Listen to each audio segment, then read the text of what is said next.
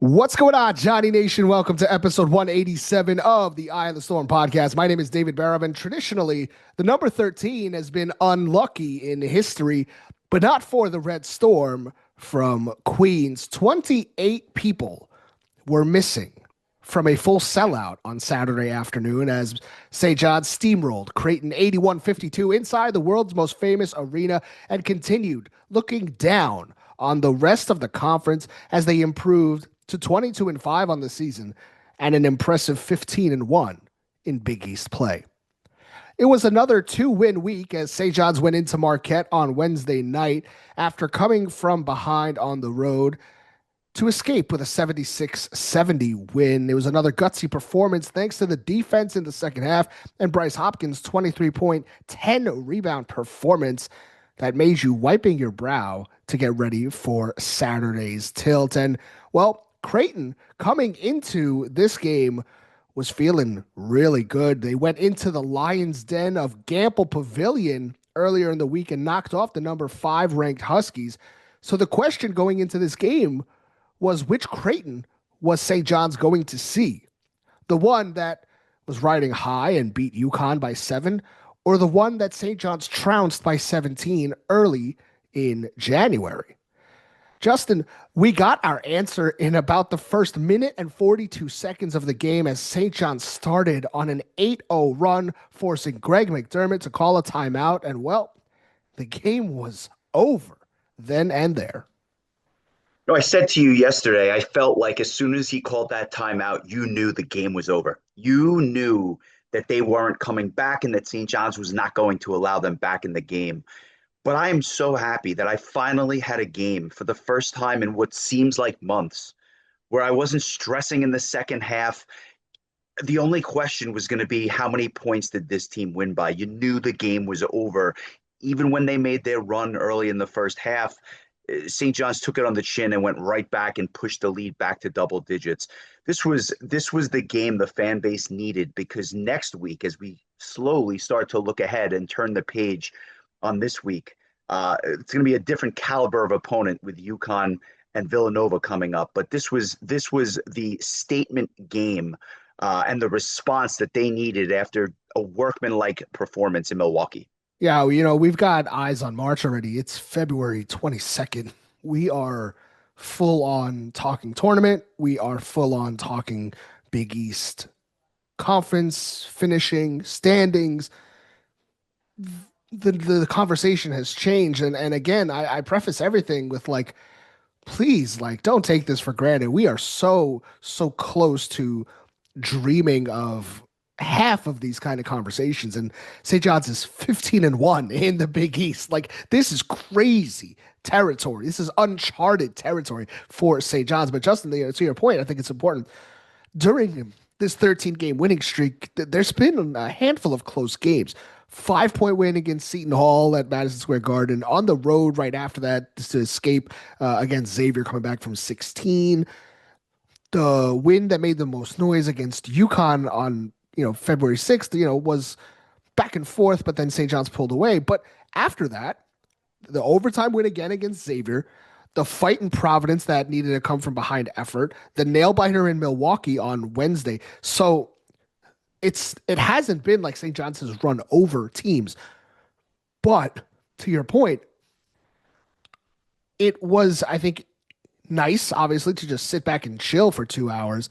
But I think it also sent another message that St. John's has this in their back pocket, that if you do not have enough stylistically to match up with St. John's, they can put their foot on your throat and hold it there for the entire game. This was a classic example of them just imposing their will. Creighton is a good basketball team. You don't go to UConn and win unless you're a good basketball team. Not a great basketball team, but they're a good basketball team. But for Creighton to win basketball games, they have to be able to get outside looks and they have to be able to shoot the three at a high clip. That's been their bread and butter forever, right? Like that, they're going to move the ball around the perimeter. They're going to find the open man. And if that shot falls, they can beat anyone. What I thought was so interesting was in the first half, they didn't even have a chance to put up a 3-point shot. The perimeter defense was so good, especially in the first half, that Creighton was getting frustrated because they couldn't drive to the basket. They couldn't get an open look on the perimeter, and they really looked defeated. It was incredible. But at the same time, if you're a St. John's fan, this was the statement performance that they needed. But at the same time, they shot 21% from three. It wasn't like they played an A-plus game. They're going to need to shoot the ball better this week. I think that that's a fair statement. But matchups, right? If you cannot handle the onslaught that is the St. John's front court, you're not going to beat St. John's. And that's why I think that they are in a better position to possibly make a run in March, because I don't think a team like Arkansas beats them up the way they did last year because of the size and because of the senior leadership that we have with our interior presence. Creighton got no closer than 5 points for 27 seconds of the first half, and then trailed by at least 10 the entire second half. Games like this are sometimes tough to talk about. It's funny, I was talking to all our beat writers after the game, and everybody's like, it's hard to write about a game like this. It's hard to find and pull things out of it. And I think the same kind of, goes for us, where we're trying to, make something interesting out of a 29-point win.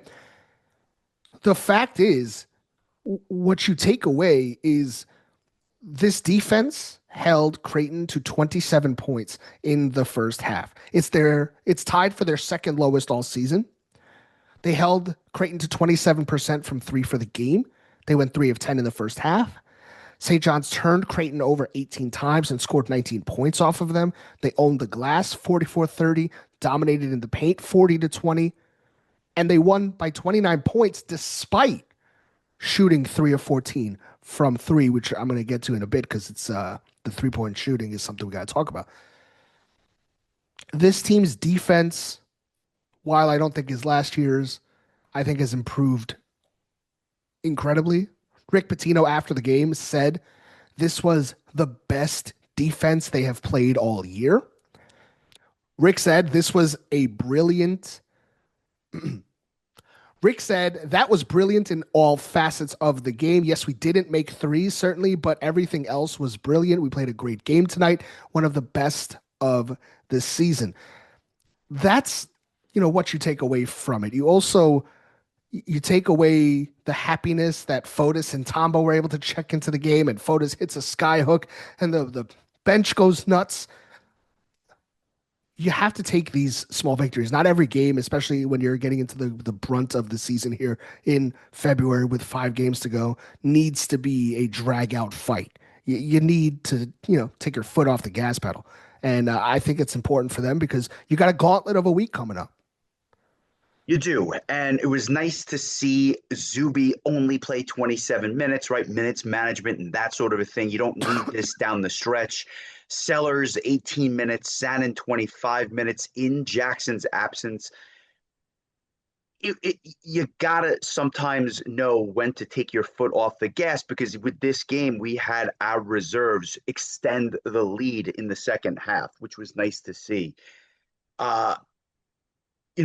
It's not the most interesting game to talk about. We could sit here and do a puff piece about all the wonderful things that happened. I don't even know if people want to hear that, because I feel like all eyes are on next week. But it was enjoyable to see Tombo off the bench and get that applause and the adulation from the crowd and from the bench. I know you mentioned Dillon Mitchell. Yeah. Was going Nuts, crazy. yeah. Yeah, they all were. They all were. But like I for some reason I fixated on Dillon Mitchell, who was jumping around like a kid in a candy store. It looked like he won the lottery. He was so excited for Taba. I love it. I love it. And you got good minutes. Again, we talk about that depth, and maybe they don't play 12 guys, but in a game like this, they were able to play guys like Ruben Prayip had 11 minutes. Lefty had 17 minutes. Io 11 minutes off the bench. I like the minutes distribution in this game.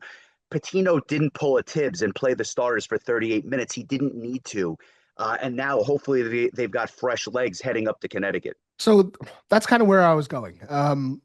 After the break, St. John's was up 42-27. They go on a 17-4 run soon after and just completely open the game up 59-36.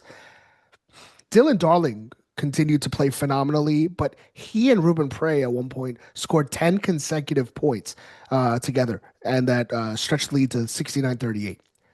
Ruben Prey's minutes have been super up and down all year, shown flashes of being really solid. A few times he's been pretty frustrating.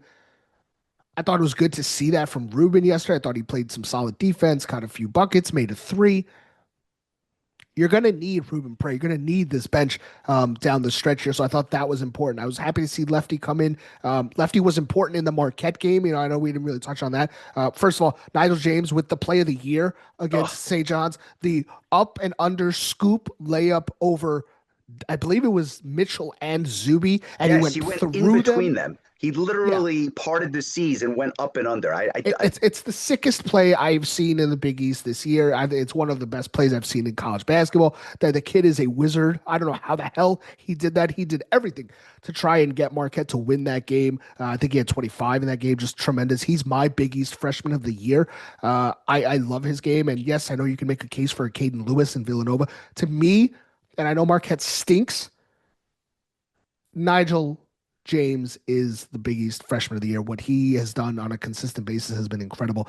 But yeah, St. John's escaped out of Wisconsin.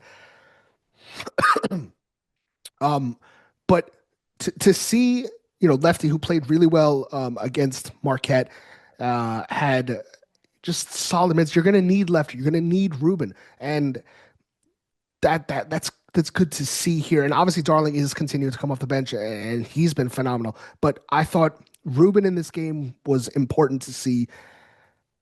That's what I'm taking away because you had some depth issues, like you said, Justin. No Ian Jackson. We'll talk about that in a second. And Calvin Odie missed the game with soreness in his right leg as well. Ian Jackson, who didn't play in this game, had a sprained right ankle. I think it was the right, according to Rick Pitino, who met with the media before the Marquette game, said that he wasn't going to play on Saturday. Then all of a sudden, we come into the arena. He's warming up. Everybody's like, "Whoa, what's going on? Is Rick pulling a fast one?" No, Ian wasn't playing.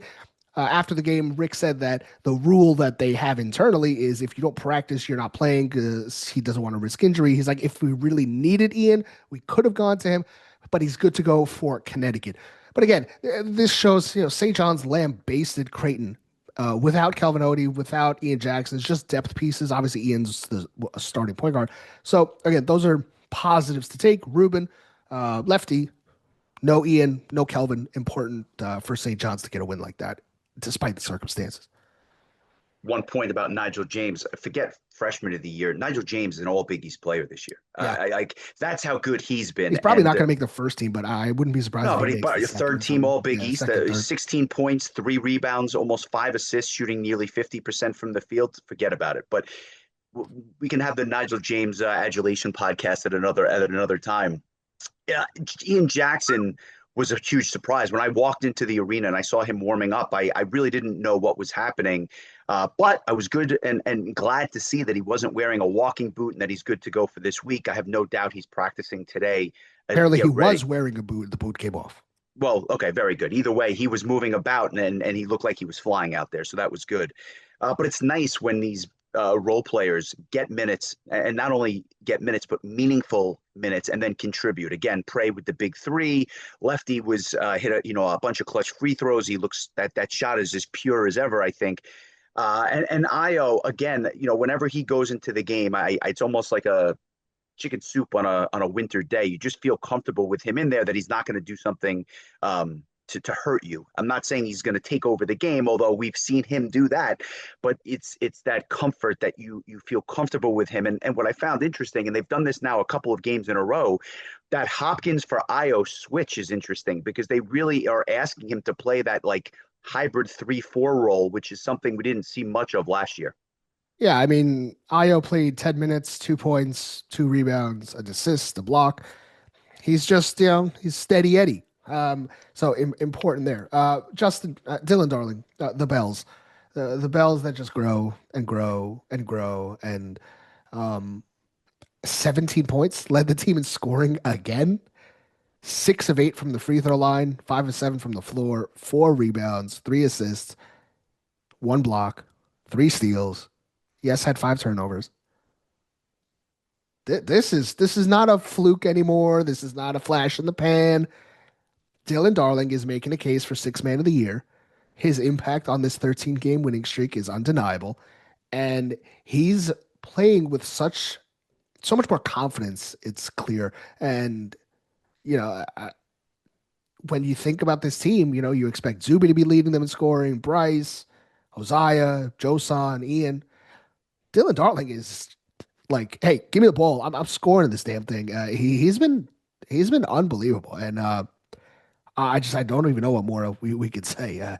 He's he's everything that they could have asked for. This is the Big Sky Player of the Year, and he's doing it against the high end Big East competition. You know, a lot of people were questioning Dylan Darling's ability to adjust to Big East basketball and wondering what Rick Pitino saw in him that he needed him to come to St. John's late in the portal discussions last year. But he's making a believer out of everyone now. It's not a fluke. He is all over the place. There was one play in particular where he goes to the basket. He was probably going as fast as the Long Island Railroad train that I took home. And then he spins and gets pushed out of bounds, but he throws up a shot, goes to the free throw line, hits the two free throws. Yes, the turnovers for the first time were kind of a concern, but I do think that is a bit of an aberration. His play is at another level. And when you see him like a whirling dervish go to the basket and they don't have an answer for him so that they had to foul, it's great to see because it's something that listen, I myself doubted whether or not he was going to be able to play at this level, but I don't have a doubt anymore. And I love the fact that he's back next year. And I love the fact that he is somebody that you look to not only steady the game, but to actually contribute and make plays that are going to help you win games, which even the staunchest supporters, I don't know, were going to say 3 months ago. I think I know the exact play you're talking about because my wife turned to me and goes, "Whoa, he's really fast." And I think she said that in like not in like a derogatory way, but more so like Surprised. there's just been this stigma about him that he's not athletic and that he's not fast. And like we've seen it. Dylan Darling can put on the Jets if he needs to. And He hit the turbo button and all of a sudden he yeah. took off. It was So I definitely remember that moment as well. But he's been an incredible catalyst right now. And he, like you said, he's got another year remaining. Um, the plan is for him to return. I haven't heard otherwise. He's going to be one of the cornerstone pieces next year. Now, do I think he's going to be the starting point guard next year? I don't think so. But he's going to be used in this kind of a role, and there's nothing wrong with that because he's playing 30 minutes off the bench. So what does it matter? Um, it's it's incredibly vital, especially for Rick Pitino, who has been saying how much he is bothered by the lack of continuity. The fact that he's going to be able to have a point guard back next year to help run the show, I think is going to be very vital to the whole operation next year. Justin Bryce Hopkins, second double double in a row, 15 points, 10 rebounds. We've seen a completely different player. We've seen a player that has unlocked the sophomore year. He's still, I think, a little bit too tentative shooting. I want to see him shoot more, even though he took a few mid ranges yesterday. And the three that he hit against Marquette was super important from the top of the key. Zuby has so much help right now that it's made St. John's, I think, the most terrifying team, not in the Big East, but you're talking about St. John's being like a 5 seed. Who wants to see that pop up on Selection Sunday? That's not going to be fun for anybody. Who's got the front court that can match up with them in the first two rounds? not very many. And I think that's where I, as a fan, really look ahead because it's not just the talent. We knew the talent was there, but now you're seeing that cohesiveness. How many possessions yesterday did Creighton move the ball around trying to find an open shooter? And they do a very good job of it. They always have. And with St. John's ability to switch with obviously Zuby, who we know, but guys like Mitchell and Hopkins. And by the way, shout out to Hopkins. The level of defensive effort that this man has now started to buy into is completely different from the person we saw in December.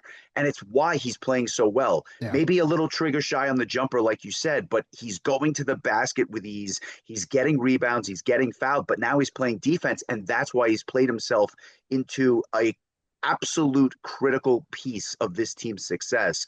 Uh, Not many teams are going to match up well with St. John's. And again, room for growth because you mentioned it earlier. What if the three starts falling? Yeah. Dillon Mitchell, 6 points, 10 rebounds, 7 assists, 1 steal, 1 block, 29 minutes. No turnovers. No turnovers. The guy's on the ball. He's orchestrating the weave. He's moving the offense around. And it's funny because he didn't take a shot, I think, against Marquette. And the media before the Creighton game asked, "Did you know that you didn't take a shot?" He goes, "No, I probably haven't done that in forever, but he's like, I'm just not someone that hunts a shot." And I just let the rest of the game, impact. And what a stat! What a stat line! 6.7 assists, 10 rebounds. That's crazy. And I found this interesting. Greg McDermott had something really nice to say about Dillon Mitchell and Dylan Darling. Greg McDermott said, quote, "It's his length on top of that press, his ability to switch defensively, and then he's a terrific rebounder. He doesn't shoot it great, so a lot of people don't guard him, and he's learned to understand how to impact the game when he's not guarded. And today, with the pass, 7 assists, no turnovers."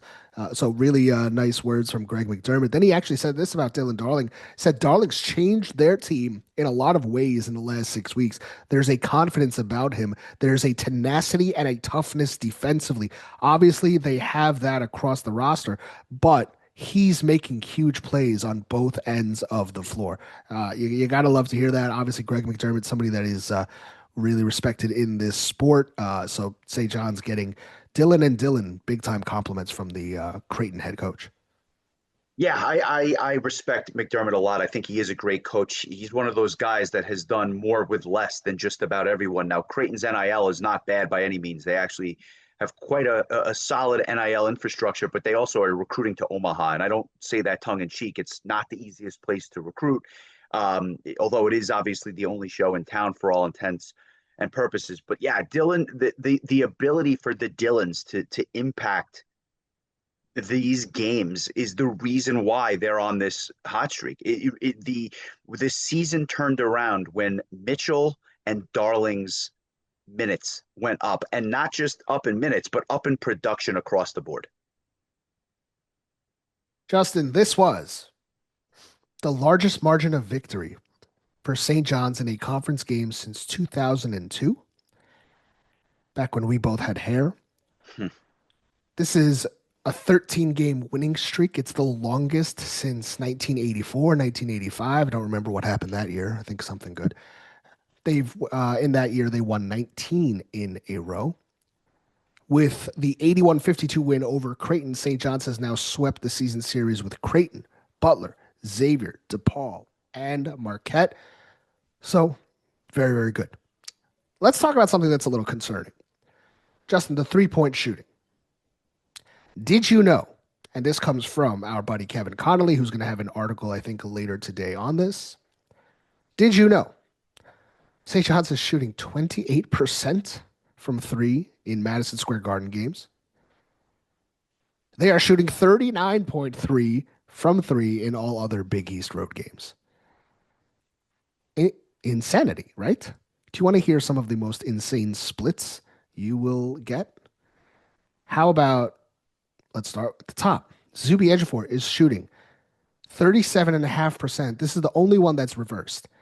Zuby Ejiofor is shooting 37.5% from 3 at home, 25% on the road. Obviously low volume, but that's not the crazy one. Ozziah Sellers is shooting 38.7% away from the Garden, 26.7% in all other road games. We're talking away and home. Total. We're not. This is for the entire season because I didn't break it down. Garden specific, but this is just home and road splits. Just insane home road splits for Josan Sanin. He's actually about even. Dillon Darling, 55% road games, 25% home games. Ian Jackson, 42% road games, 31% home games.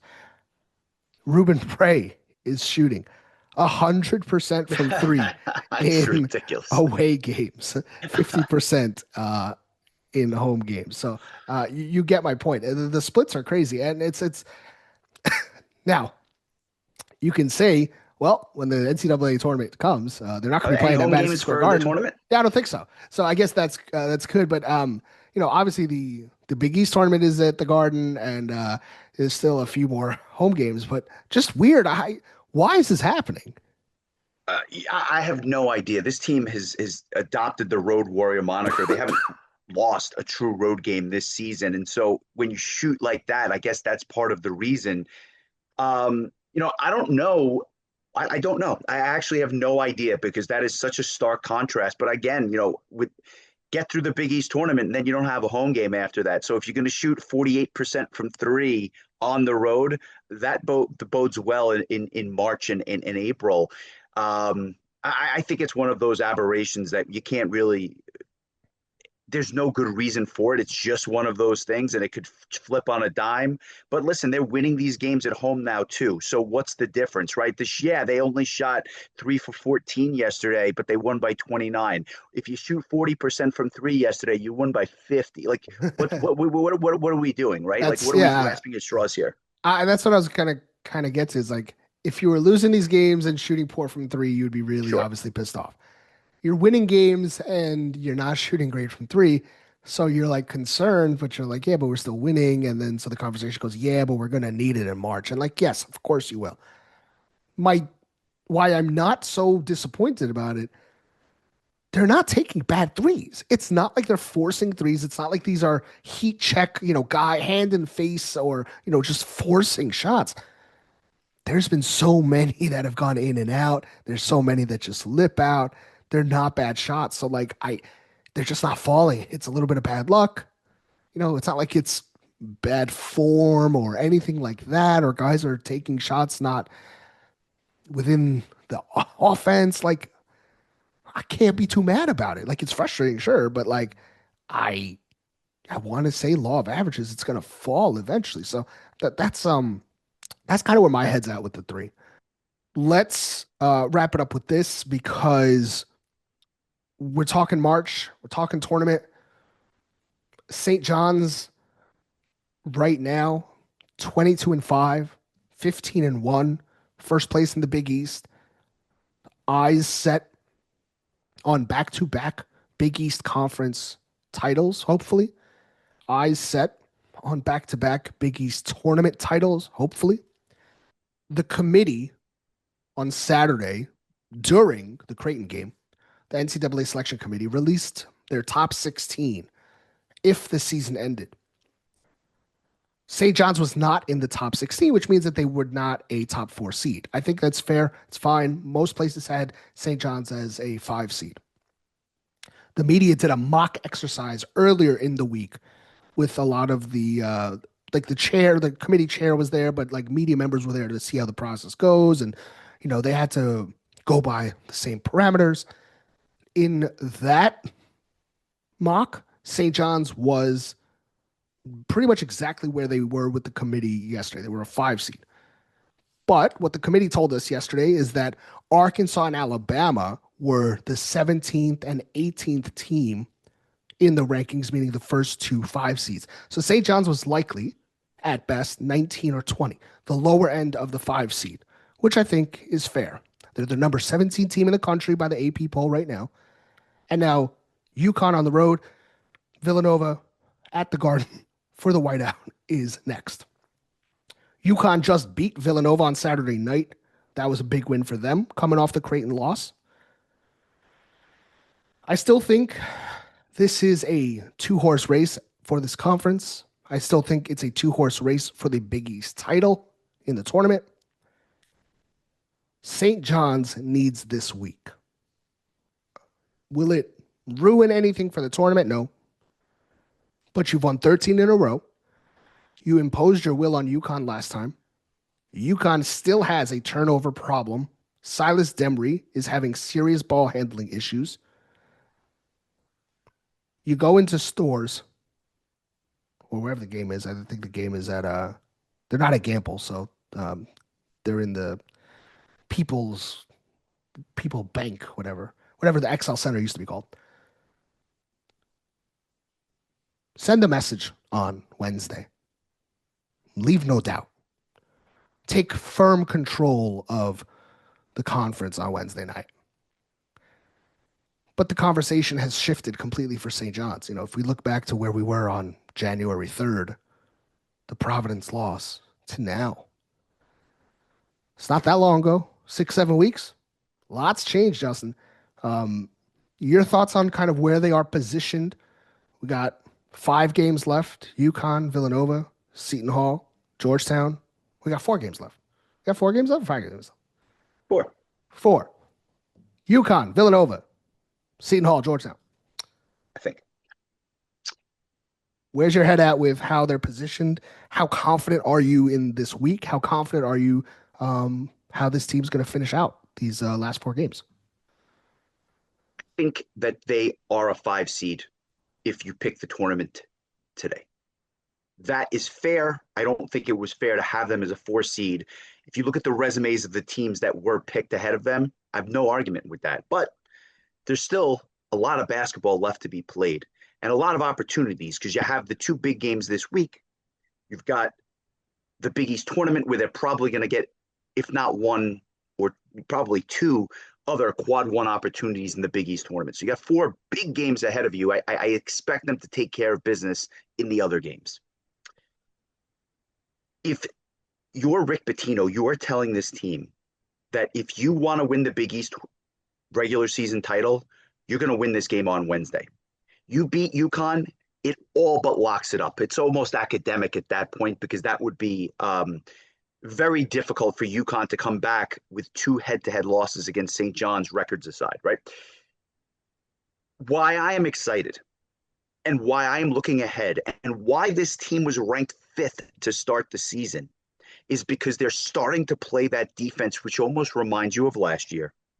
They're starting to impose their will and win games on the road. They're winning games by big numbers at home. And they obviously have shown you the ability to beat UConn, which again, why Wednesday is so interesting. But what you're seeing from St. John's is that they are playing a much better brand of basketball. Now, you could say that other teams are improving as well. Of course, that is true. But, does this team lose to Alabama with the way the defensive intensity is at the perimeter? I don't know. Maybe not. Do they lose to Iowa State by a basket the way this team is playing right now?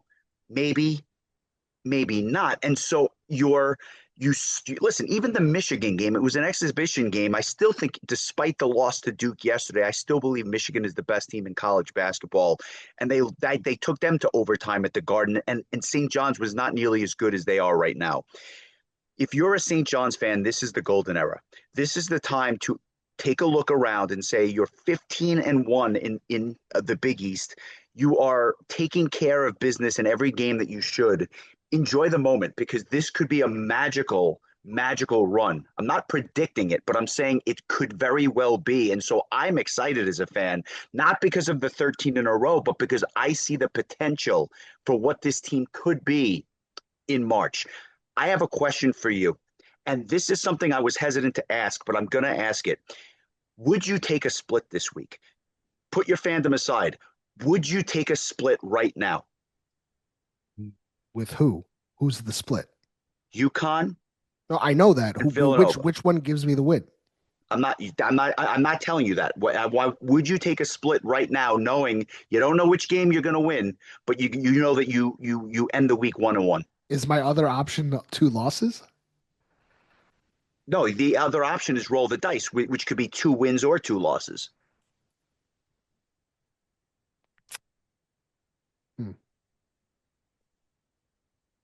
Listen, it's an easy question. No, okay.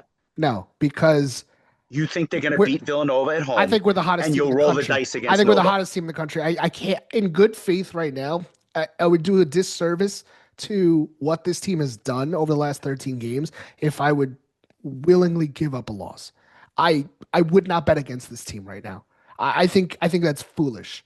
I understand the question. I think it's a fair question. I think that it is a question that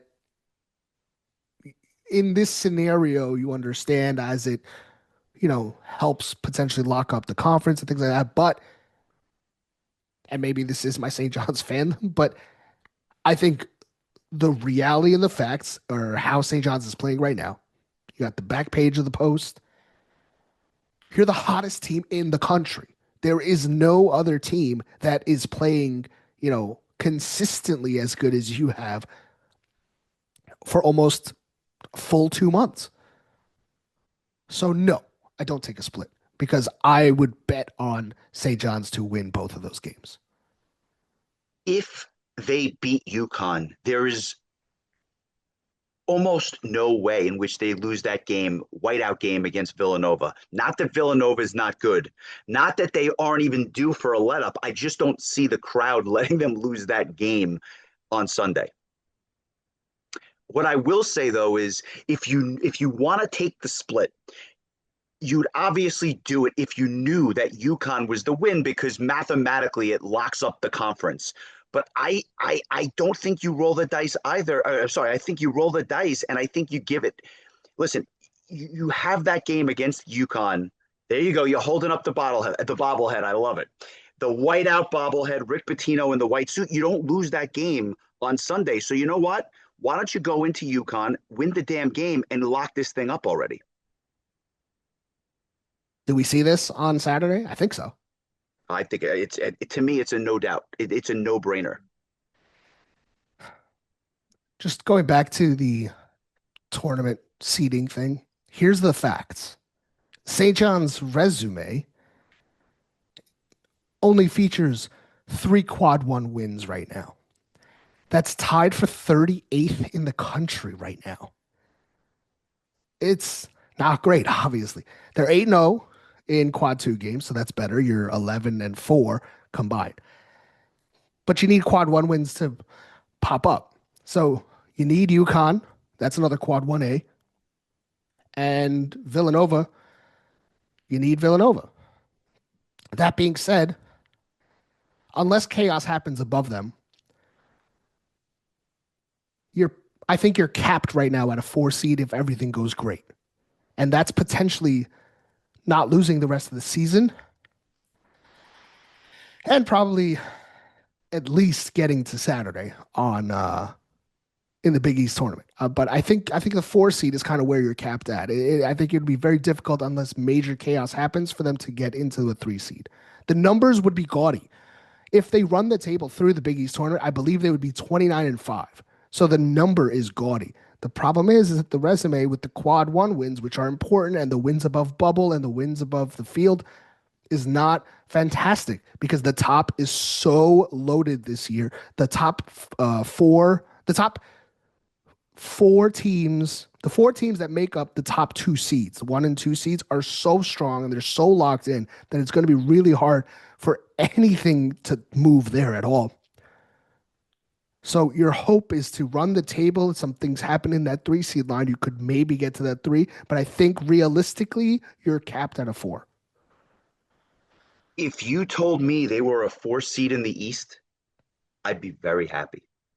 Well, the good news, right? the good news is you're right. I was going to say, if they are a 4 seed, they're going to Philly. And it's going to be a sea of red in Philadelphia. Yeah. That will be really, really fun to watch. The difference between a 3 and a 4, you really don't feel it so much until the Sweet 16. But like to your point, those top 8 seeds are so good that the difference between playing a 1 and a 2 is negligible. And if they're in a Sweet 16, you'll deal with it because you made the Sweet 16 and you're happy about that. I think they get there, and I think that the game really that is going to be the deciding factor is Wednesday. If you win at UConn on Wednesday, I think you are in very good shape for the 4. If you lose that game and run the table, after Wednesday, I think it's a little bit more difficult. But this is a lottery ticket quad 1A road game that almost moves you up a line, at least for now, because of how big of a win it would be. Let's see what happens. It's going to be fun. Might be doing a preview show. I know I'm going to be hopping around a few shows that I've been asked to go on. So that's going to be fun for Wednesday. Justin, these Johnnies. 13 wins in a row, 22-5. First place in the Big East, 15-1. If I would have told you that on January 3rd, probably wouldn't have believed me. Right? I think you still have to pinch me now. I don't know that I believe it now, but I'm just riding the wave. And by the way, we're taking some credit because we haven't taken the black off. We haven't. I will wear the black until April, whatever it is. I got no issue with that. Still here. We got the new Eye on the Storm podcast black hoodie created in honor of the streak. So let's keep it going. Johnnies headed to Connecticut. When we saw that schedule come out in the beginning of the year and we saw 2 games in February, this is what you wanted. One, to make the statement against UConn at the Garden. They did that. Now, to potentially lock up the conference, can't ask for anything more than that. Johnny Nation, white out on Saturday against Villanova. So come dressed accordingly. But first, let's take care of business on Wednesday night in Connecticut. If you're going, be loud. It's gonna be a great environment. Connecticut, they know how to do it. Those fans are gonna be raring to go. They're gonna want their pound of flesh. But the Johnnies are the hottest team in the country right now, and let's see if they can make it 14 wins in a row. Can they take control of the conference for the rest of the year? Wednesday tells us a lot. He's Justin Kramer. Thank you so much for listening, Johnny.